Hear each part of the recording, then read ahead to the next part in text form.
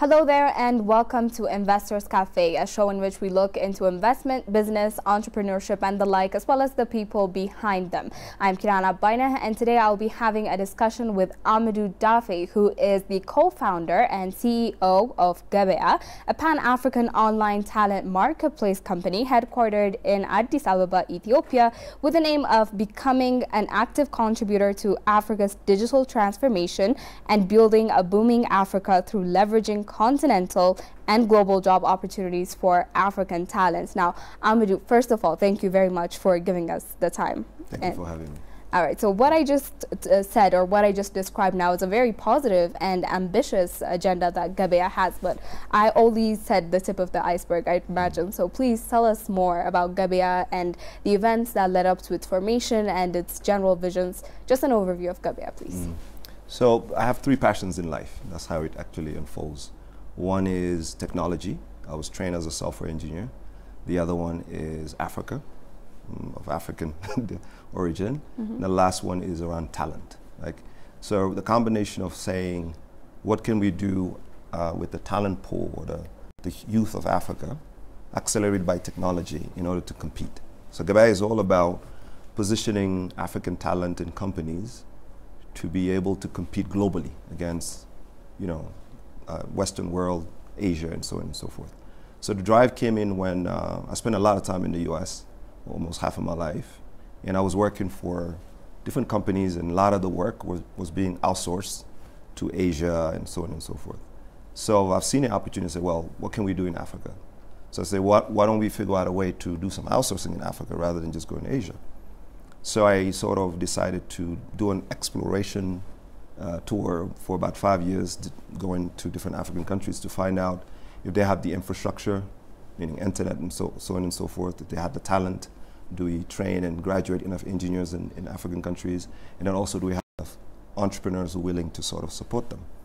So that's what led to Gebeya. So Gebeya is pretty much three things. We have an educational component, so we can take a young person who graduated college, upskill them to have the right skills they need to compete, to work for companies globally. So once we came to Ethiopia about 7 years ago, we trained a lot of people over 2-3 years. Then once we had a good pool of people we knew can compete, we created an outsourcing model, or what we call today Gebeya.com, which is a platform for freelance and so on and so forth. So you have a young Ethiopian working for a US company or working for a Kenyan company remotely. So that's that part of it. But then, once we build that marketplace, we realized that this passion about creating jobs and competing in Africa, 1 or 2 companies can't do it. It has to be a massive sort of different entrepreneurs coming together and build this. And one of the things I wanted to do is saying, what is the most logical way to create job massively with the new generation of young people coming out of college? Is the gig economy, freelancing, that kind of things. So we said, okay, what did we do for Gebeya that was so successful that we can help other entrepreneurs do the same? We're able to build a beautiful technology. We're able to mentor a lot of people, upskill them. So the new Gebeya is to help other entrepreneurs across the continent to become the next Gebeyas and so on and so forth. So that's sort of what led us to here. All right, so Gebeya is looking for solutions, or is looking to actually foster the entrepreneurship spirit in Africa. And so far we've heard a lot of, when it comes to why there's lack of entrepreneurs in Africa, although it's growing now. There's lack of resources, the lack of opportunities, but I want to hear it from you. What do you think is the major problem? What has it been so far? That's not true. There's no lack of entrepreneurs in Africa. In any streets of any capital in Africa you go to, there's hustlers. Entrepreneurship meaning starting something. That's what it means actually. So there's no lack. It's more of, is it structured? Okay, we have an informal sector where somebody would open up a souk, open up something on the street. It's just entrepreneur. But there's 3 levels of entrepreneurship. There's those who want to start a business for lifestyle, to make sure they have means to take care of themselves, their family, and so on and so forth. There's others who create business to build wealth, right? Become rich, and so on and so forth. And there's others who want to change the world, right? So someone like Elon Musk wants to change the world, right? Someone like maybe Warren Buffett, I'm just using names out there, want to be wealthy. But maybe somebody else who just want to have a beautiful house, children, so on and so forth. But what Africa has is not too many of those categories. What we do have is a bunch of what you call, I would say, hustlers, not in a bad way. People who figure out a way, I can't get a job, let me go out and sell on the streets and do that.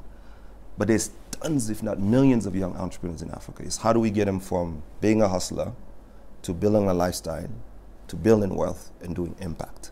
Do you get? So that's more of that. So that's how I see it. With some platform like even the one you have is identifying those young champions that you can sort of move from one place to another. So that's pretty much the way I think of entrepreneurship in Africa. No, so speaking of identifying those champions, now Africa's Business Heroes Competition, which is an annual program that was established by the Jack Ma Foundation, and in fact you were also named the top 10 finalists of the previous year. Congratulations on that as well. And so it's committed to helping, fostering this sort of entrepreneur ecosystem in Africa. So tell me about, why you think such kinds of initiatives are important to bring those said hustlers that you just mentioned out into the entrepreneurial world on the bigger scale. Tell me about that. So it's more of the structure again, right? ABH allows you to, that's African Business Hero, allows you to structure. So they took in different kinds of entrepreneurs. There was those who were a little bit more advanced, who even raised a lot of money and didn't need the money. There's those who are still wanted to sort of get their brand out there, and those who are just starting up. So what ABH does, it allows you sort of to, wherever you are, to fit in what you want from the competition. So, but beside ABH, there needs to be some work done prior. You take the concept of Ethiopia, for example, there's a lot of incubation, acceleration, some of these sort of structure that allows entrepreneurs to plug in, get out of the hustle mode and become sort of at least someone who's building something. And then once you're at that stage, now you can go join the ABH. So it's more of that. You can't be a hustler and join ABH. It doesn't work because they're going to ask you for financial records. They're going to ask you for a lot of clients' testimonial, a lot of things that don't qualify you to be part of the ABH. But what we need to figure out now is African countries is what kind of program do we need to have at the earliest stage when we identify this young person selling fruits on the street, right? That's a hustler. But I know some guys in Ethiopia who are selling fruits on the streets and today own some of the biggest buildings in the city, right? So how did they get there? Who helped them? What was the fundamental sort of change in their life or the environment to allow them to get there? So ABH is a little bit up. The hustler is a little bit us. In like this show, for example, if one of the young people listening to me and say, oh, then I can go from being a hustler to doing a business. Well, how do I do it? And where do I go in Ethiopia to get that information? You get my point? Yeah, I do. I get it. And now it's a very important thing that you said that we need to start sort of at the earlier stages where we need to start. And what Gebeya is doing is kind of training and bringing out a skilled workforce. And as you know now, the global arena is becoming exceptionally digitalized, and it's progressing in that form and it's transforming. So now I want to talk about what Gebeya's role is in making sure, or in the face of this increasingly digitalizing and transforming world, and bringing African or a skilled African workforce to the international arena. Upskilling. So at first we were selfish because we were staying into the what you call tech talent. Right? What that means is you're either a software engineer or you're a digital marketing person, because my background and my sort of team, and we came from that, right? So it was very more of a selfish way of looking at it. I'm very careful when I mention digital versus talent. For example, you can build a very good ecosystem using digital to create jobs. Let me give you an example. You take someone like Sam Rawit from Ride. You know Sam Rawit, right? Yeah. Most of the drivers don't necessarily need to be geniuses in order to do, right? But because she built a platform with technology that allow hundreds of thousands of Ethiopians to have decent jobs, right? You see that transformation. If it wasn't for her innovative mind, and maybe the technology side, you wouldn't be riding home safely at night anymore. You would probably get a minibus or you get my point. So it's a transformative things that technology was able to build, but it was championed by an entrepreneur.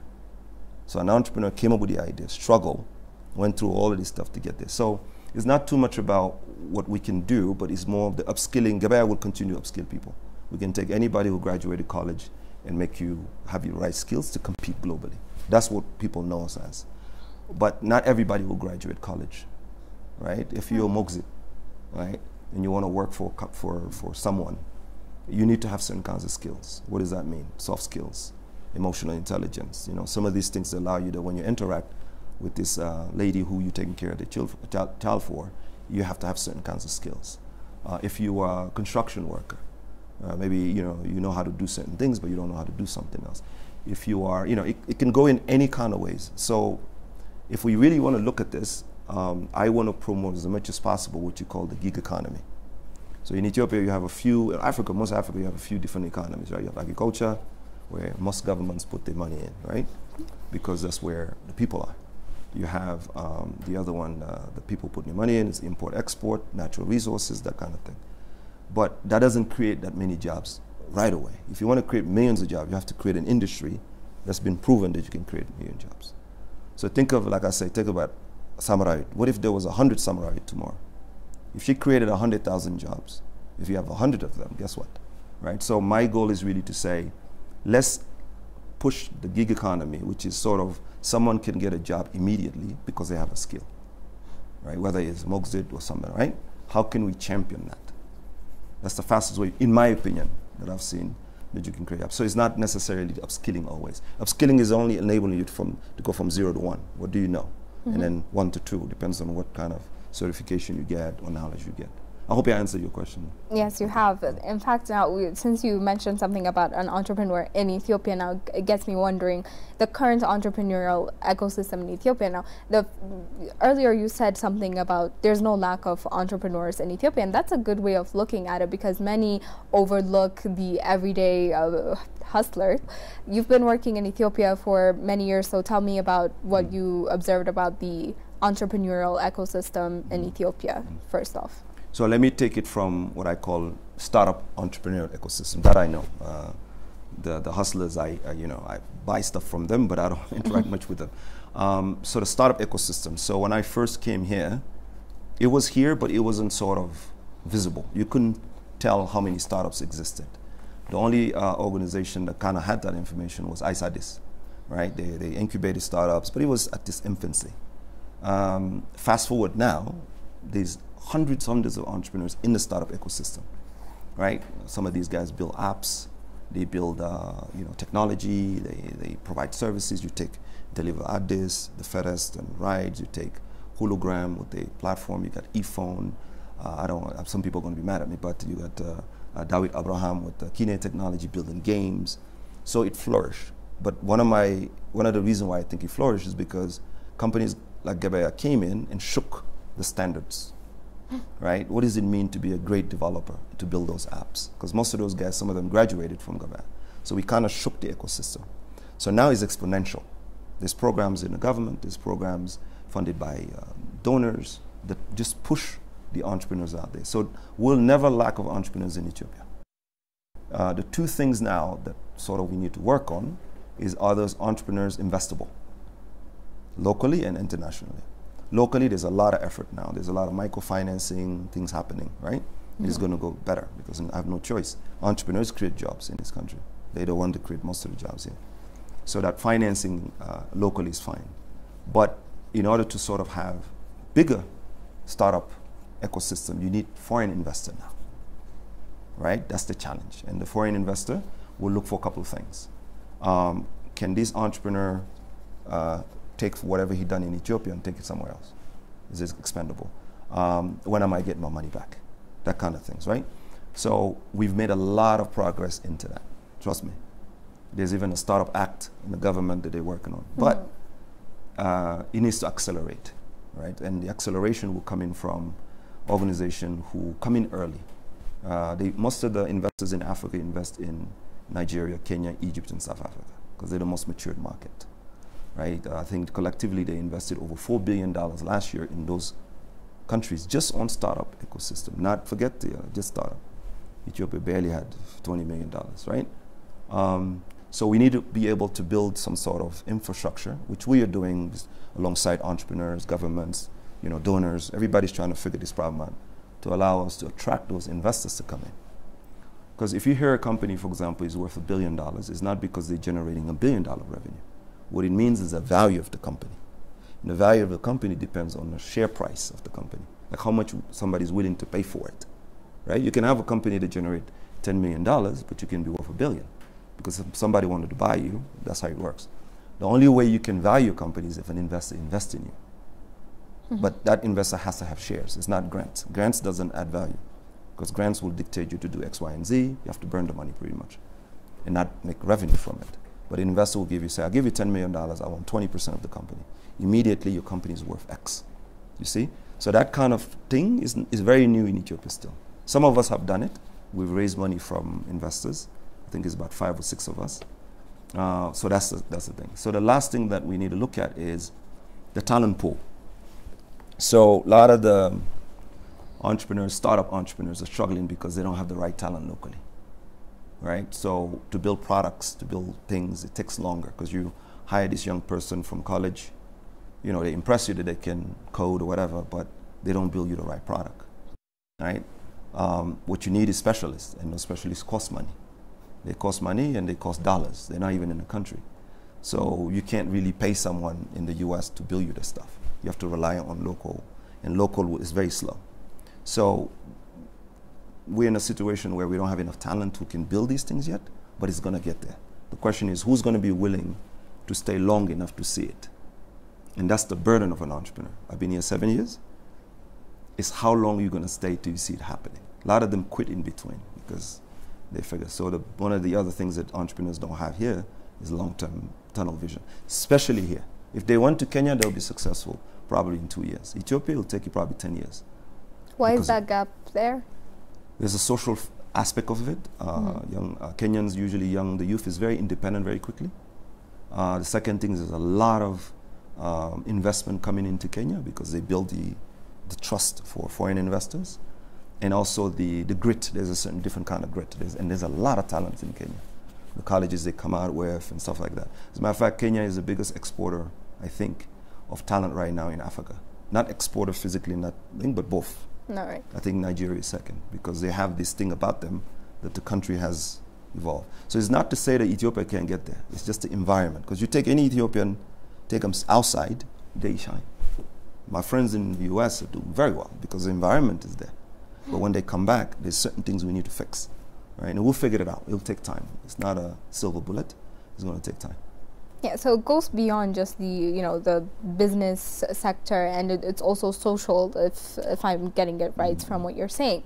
So now let's talk about, you've touched it here and there, the challenge that come with attracting foreign investors and making them settle, but let's talk about attracting now. What can we do to change this atmosphere and to bring in more investors, to bring in more foreign direct investment and say, hey, Ethiopia is ready for business, has this talent and is ready to go. How do we go about it, or what can we do, in your opinion? People have different opinions. People say, oh, the government needs to do better. I don't believe that. The government is doing what they can right now. Some of the people say, we need to build more talent. Yeah, we'll get there. Some people would say, well, Ethiopian entrepreneurs are not, they don't have what it takes. All of that stuff, that's their own opinion. For me, we need champions. We need 2 to 3 companies to do extremely well in the next few years. Believe me, investors will come in. The reason why Gebeya was successful raising venture capital money, because we did very well in something, and we positioned ourselves very quickly in saying we're Pan-African. So we never said only we're Ethiopian company. You won't be able to raise money that way, unless you have a massive, like you sell water. If you sell water, of course, a lot of people drink water. But if you're a technology company, you can't just say I'm an Ethiopian company, right? You have to go, and so very quickly we say we're Pan-African. So, and we set up things in Kenya and some of these things. So when investors came in, they see where we're going, right? So then we become one of the champions. Hence why you're interviewing me today, right? But we need more. So if in the next couple of years, we become a unicorn meaning a company that's worth $1 billion in value. Chapa, some of these guys are just popping up, right? If one of 2 of us bring so much investment in the country because of foreign investors, they're going to flock. Because 7 years ago, if you talked about investing in Nigeria, people were just staying away from Nigeria for some reason, whether it is, fraud, whatever they were thinking about. But today, there's 4 unicorns in Nigeria, past 3-4 years, Paystack, Flutterwave. Because once those guys were able to go beyond the sort of the huddle of business in Nigeria that you can't trust it, the government pushed them. Because if Gebeya is worth $1 billion today, the whole country is going to benefit. If Chapa is a $1 billion company, today, everybody's going to benefit from. So they had no choice but push, hey, let's do more chapas. They create jobs, let's do more gebeyas. You get my point, right? And then investors will pay attention. It's like, whoa, I heard that such and such has invested in Gebeya. Well, what did they see we don't see? What's going on? And they will flock. So we need 2 to 3 champions. And that's my goal right now, to figure who can we help and go together and be champions the next couple of years. Once we do that, government will come in. The talent will flock because people say, now they see hope. Most people, when I was interviewing 6, 7 years ago, I asked people, what company do you want to work for Ethiopia? The first one, they say Ethiopian Airlines. Women and men. Why? Because Ethiopian Airlines made it. It's one of the biggest companies in Africa, successful, billions of dollars coming in. So obviously it's the only thing you see, right? So that's that concept. So people would want to work hard to work for Ethiopian Airlines. Well, if we have companies like Asai Chapa, Gebeya, and some others, and Ashi Express, right? And people see that, they would want to work for them, so they'll go to school, do better. Like most Ethiopian engineers want to work for Google. Google is not even in Ethiopia. But they want to work with Google. Why? Because Google has set the standard. So that's what I'm looking to really help, that ecosystem. All right, so talking about, going forward and looking at the future, we have different tech startups already now and entrepreneurs joining that field because it's considered to be the future. And now I'm going to broaden our scope and talk about Africa, since I believe you know a little bit about everything in Africa. Now, what challenge and opportunities do you see for Africa going forward? To make it easier, let's first look at some of the challenges that there might be for tech startups and entrepreneurs across Africa, and then we'll move on to the opportunities. So 2 challenges, but again, challenges doesn't mean they're roadblocker. It means that we're just going. Funding, again, and talent. The funding because, okay, I bragged and say, oh, Africa raised $6 billion startup ecosystem, right? That's like one city raising that money in the United States of America. Did you get? Yeah. So we have thousands of startups across the continent, but yet we only raised $6 billion. So 1 or 2 things happening. Either we are not building businesses that's attractive enough for these investors, or the environment is not good enough to invest, or so on and so on. So what we need to do is figure out, how do we have more entrepreneurs do something so exceptional to attract those investments? So pretty much our generation in the next 10 years is going to dictate what kind of capital we can raise. So the first one is just raising capital. Because without capital, you cannot scale a technology company. It's impossible. A technology company is not like a shop where you buy and sell. Technology company, you build it and you're giving things for free, and you're going until you have a massive number of people and you start charging them, or you're lucky enough to start selling immediately. So you need cash that you need to sort of burn till you get to your model, okay? The second thing is that cash, which ties into the talent. If you don't have the cash, you can't hire the right people. Right? If you hire an engineer today in any African country for $500 a month, 6 months, they're going to leave you because they're going to learn and go make $2,000. So from a cash and talent perspective, that's the challenge. There's not enough talents who are here who would be able to take a cheaper salary to do. Which tied into the last thing that's tied into talent is we don't have enough seniority in terms of talent in the continent. What I mean by that is senior doesn't mean you work for a company for 10 years. It means expertise-wise. Say Chapa, for example, if they wanted to do certain things that local engineers can't do in Ethiopia, they're going to have to look outside. They're going to look at someone to come in and look at it, right? I'm using Chapa because I think Chapa is going to be a unicorn. I hope if they listen, they'll be happy. But the fact that the talent is very still raw. We're training a lot of people. Like every African country is, graduating thousands of people or millions, but we are behind a little bit. We're 10 years behind. 10 years from now, you'll see now superstars in terms of talent. So if we don't solve that problem, then the like of certain companies can't get bigger because they can't find the right talent. If you know the story of Google and Apple, they've been poaching each other's talents all the time. Because there's a very small amount of people who know what they're doing best, but there's a lot of people you need to train to come in or join the thing. So those are the 2 challenges. Opportunities now. Yes. So opportunities are limitless in my point, because so entrepreneurs mean you're solving problems. right? If you get out of the street right now, you walk, you see problems everywhere. Now, how do we, the opportunity is, how do you identify an opportunity and how do you structure yourself to solve it? So limitless opportunity. And there's 4 sectors that I think should be paid attention to. Number 1 for me is education. Not in a traditional way, which is going to college and stuff, because that even sort of becoming, like Google said, I don't even need you to have a degree, I'll hire you if you have skills.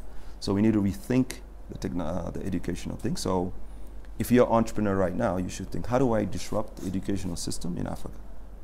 What do we need to educate ourselves faster? Why do we need to stay in college for 4 years and no get out? You can't get a job, you don't even know nothing, right? So how can we accelerate that? So that's one. Also, teachers can figure out how to solve this problem. So that opportunity of entrepreneur focus on education is big. The second one is agriculture. Most of the African countries import their food, right? Yeah. That's a big place also we need to disrupt. So there should be entrepreneurs out there who are thinking, how do I disrupt the agriculture supply chain? It's not just producing, farmers. I'm talking about everything. The logistics of delivery, the production, the supplies of fertilizers, all those different things can be disrupted. That's the second thing.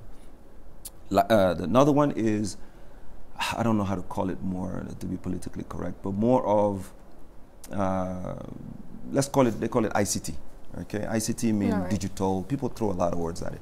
All it means is entrepreneurs who are looking at digital ways of fast-tracking certain things, right? Like I say, fast-track logistics, right? So digital space needs to be disrupted in any kind of way, right? So that's an opportunity. There's guys right now who are building application for universities, for LMSs. That's disruption, yeah? Stuff like that. Last but not least is women. Here's why. According to statistics, women entrepreneurs are most likely to succeed in the startup ecosystem than anybody else. As a matter of fact, the only champion in Ethiopia is Samrawit. Everybody else is struggling, right? And it's been, let me give you even the worst news about this thing. I was talking to somebody the other day and they said in 10 years, for every 10 African women, one is going to be Ethiopian. So an opportunity for you as an entrepreneur is to figure out, how do I build something to help Ethiopian women get from here to here?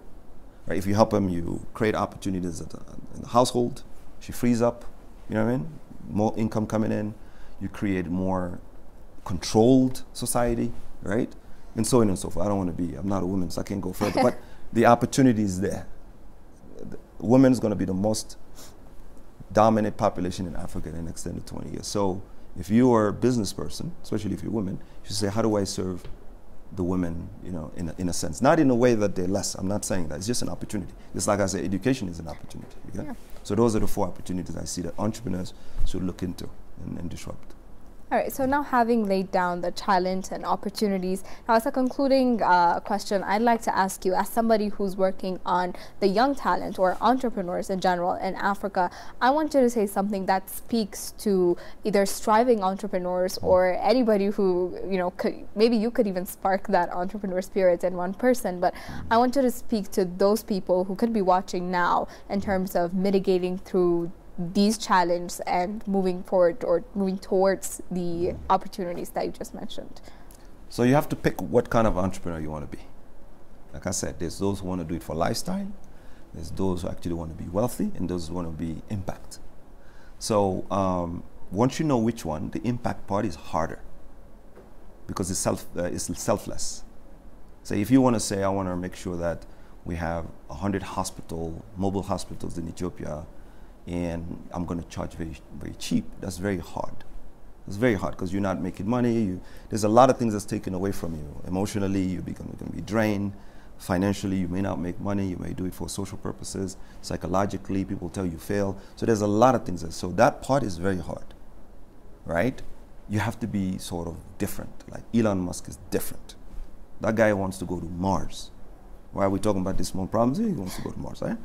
So that one, if you want to be that kind of entrepreneur, what you do, you have to be very passionate about. Like I say, I have 3 passions. If it wasn't for that, I wouldn't be in Ethiopia still. The talent, African technology. So every day when I wake up, I have this impacting in my mind that I'm going to help a young person potentially use technology. That way they can compete so Africa can be better. That's me every day. Everybody can tell you about that. So when you have that in you, money is not really an option. That's why even when I joined ABH, it was not for the money.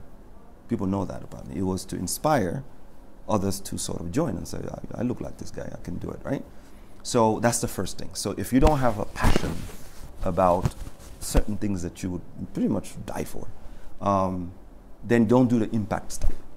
You're going to burn out and quit. The second one is wealth. So wealth, you have to start small. So it ties into the first one. So the first one is start a business that you want to create a better lifestyle, meaning you want to help your mother, you want to help somebody, you want to have a better house, you want to move out, you know, that kind of things. It could be doing something that allows you to get there. So if that's that, don't worry about what Elon Musk, don't try to be the next Steve Jobs, right? Just worrying about just building your income from, say, 5,000 baht to 1 million baht a month. That's huge. And indirectly, you'll create jobs because you're going to hire people now, you know, stuff like that. So focus on that. And know that that's not the end, meaning you can leave that and do something else, right? If it's passion, you'll never leave it. You just keep on going. But if it's just to make from 0 to 100, you just focus on that. That way you focus your energy, right? But then once you reach that, obviously, you say more money, more problem, right? You got now a car and stuff, now the bills are piling up. Oh, let me be wealthy now. So I used to rent in this building, let me own this building now. That's wealth, assets, owning, blah, blah, blah, blah, blah. If that's the kind of person you are, you're also going to struggle because wealth building doesn't happen overnight. It's a lot of learning. And the number one learning is not everybody can be an entrepreneur. It really shows resilience. Like you'll have, and if you live in Africa, you have society, right? You have a lot of social problems that come to you. I always ask people and saying, if you have to choose between giving your mom money to go to the hospital or paying your employee salary, what would you do? It's not a trick question. If the person say, I'd rather do it for my mom, then they're looking for a lifestyle business, right? It's very tricky. Yeah? If you wealth, you can say, let me work with mom and give her less and pay these guys. If it's impact, oh, I'm just going to pay the guys. Because if I don't pay him, my mom would be in a cycle where nobody would win. So that kind of psychological thing, that's what I test with entrepreneurs. Most of them say, oh, I'll choose my mom, naturally. So I say, okay, go start a business. Take it from 0 to 1. Just make some money. When you get there, let's take it to the next step. So that resilient, you have to be really, really, really strong emotionally. You know, if you have a boyfriend, girlfriend, or married, or a wife or husband, they need to understand you. If you, it's a lot of things psychologically. People tell you can't do it. Oh, the country is going. What's going on in the country? Da da da da da. A lot of things that gets to you every day. But every day you gotta get up, put your clothes on, and go help the young person. That's very hard to be an entrepreneur. It's easier to start a business than being an entrepreneur, in my opinion. So keep that in mind. I'm not trying to say nobody be an entrepreneur, but keep that in mind. No, right. Well, a lot of people seem to equate starting a business with being an entrepreneur. So I think it's a good differentiation that you just made and a very good message. And thank you very much for your time and for your general insights today. I really appreciate it. Thank you for having me. And hopefully we'll come again and talk about some more. Of course, we will. Definitely. Okay. That will happen. Cool. Well, with that, we wrap up today's Investors Cafe. I've had a discussion with Amadou Daffe, CEO and co-founder of Gebeya. I was Kirana Baina, leading you through the program. Thank you for joining us, and goodbye for now.